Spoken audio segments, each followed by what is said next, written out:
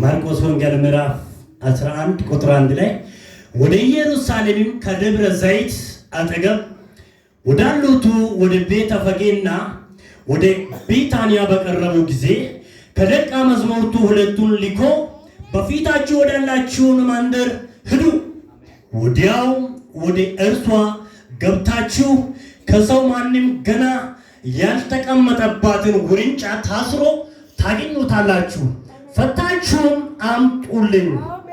ማንም ስለምን እንዲህ ታደርጋላችሁ ብላችሁ ለጌታ ያስፈልገዋል በሉት። ወዲያው ደግሞ ወደዚህ ሰደዋል አላቸው።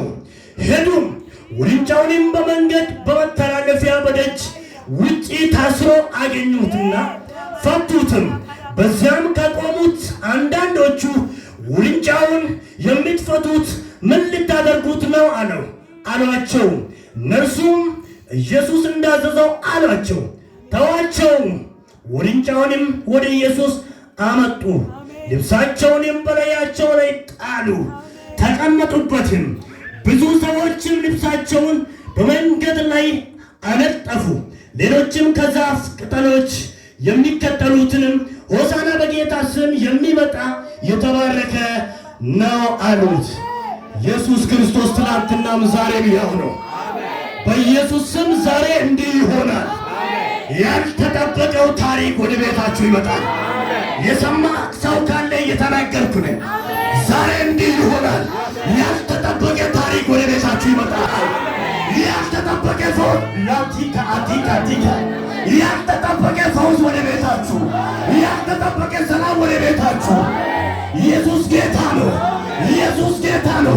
ያልተጠበቀ ምዕራፍ ወደ ቤት ይመጣል። ጎናለው እንዲህ ብለህ ያልተጠበቀ ምዕራፍ ወልስቲ ወደ ቤት ይመጣል። ወልስቲ ኢየሱስ ጌታ ነው። የሚያምን ሰው አለ በል። የሚያምን ሰው አለ። ልናገር ወይ ሰው የተናገረው ሌላ፣ ጓደኛ ያለው ሌላ፣ ደጋሚ ያለው ሌላ። ዛሬ ግን እንዲህ ይሆናል። ማይታካት ያለው የሆነ ያልተጠበቀ ምዕራፍ እየመጣ ያልተጠበቀ ምዕራፍ ይሄ ያልተጠበቀ ምዕራፍ እናንተ የታሰረውን የሚፈታ የተያዘውን የሚያስለቅቅ የናዝሬቱ ኃይል እዚህ ውስጥ ይገለጣል። እዚህ ውስጥ ይገለጣል። እስቲ ምዕራፍ ተቀየረ በል እስቲ። ይህን እያልኩ አጋንንት እየተበሳጨ ነው። ይህን እያልኩ ነገሬን ያዝኩ የሚል አልኩ የሚል አራገፍኩ የሚል ዛሬ እየተበሳጨ ነው። ደጋሚ እየተበሳጨ ነው። ምዕራፌ ስለተቀየረ ደጋሚ ተበሳጨ።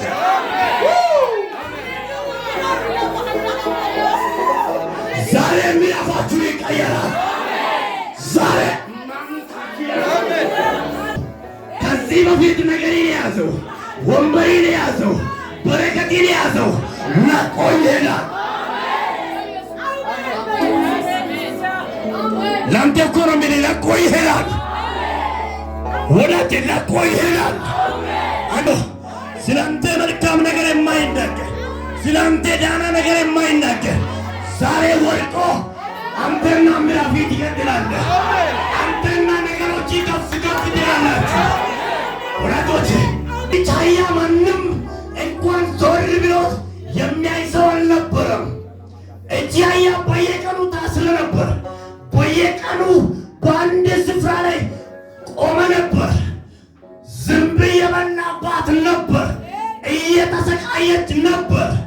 ነገር ግን አንድ ቀን ታሪኩ ተቀየረ። አሜን።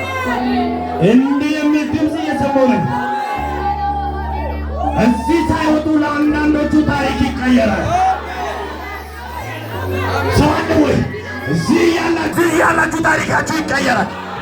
እያየሁ ነኝ። ለአንድ ወንድ ታሪክ ይቀየራል። ለአንድ ሴት ታሪክ ይቀየራል።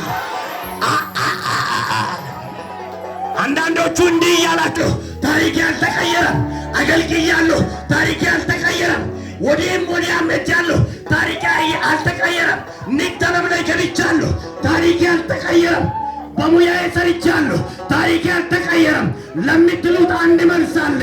ለምትሉት አንድ መልስ አለ። ታሪካችሁ በዚህ ምሽት ይቀየራል። የሱን ጉዳይ እንዳትያዙ እያሉ እየተናገሩ አስሞት እያወሩ ዛሬ ታሪካችን ይቀየራል።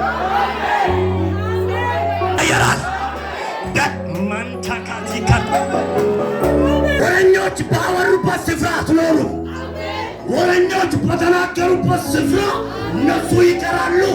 አንተና ነገር ይልፍ ትላለህ። ወረኞቹ የሚያወሩት ወደፊት ተስፋ አለ ብሎ አይደለም።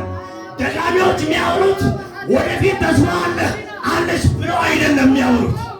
ነገርን እየጃነው ነው የሚሉት። ጤናዬን እየጃነው ነው የሚሉት። ነገር ግን እንዲህ ይሆናል። በዚህ ምሽት ታሪካችሁ እልፍ ብሎ ይገኛል። ታምያታችሁ እልፍ ብሎ ይገኛል።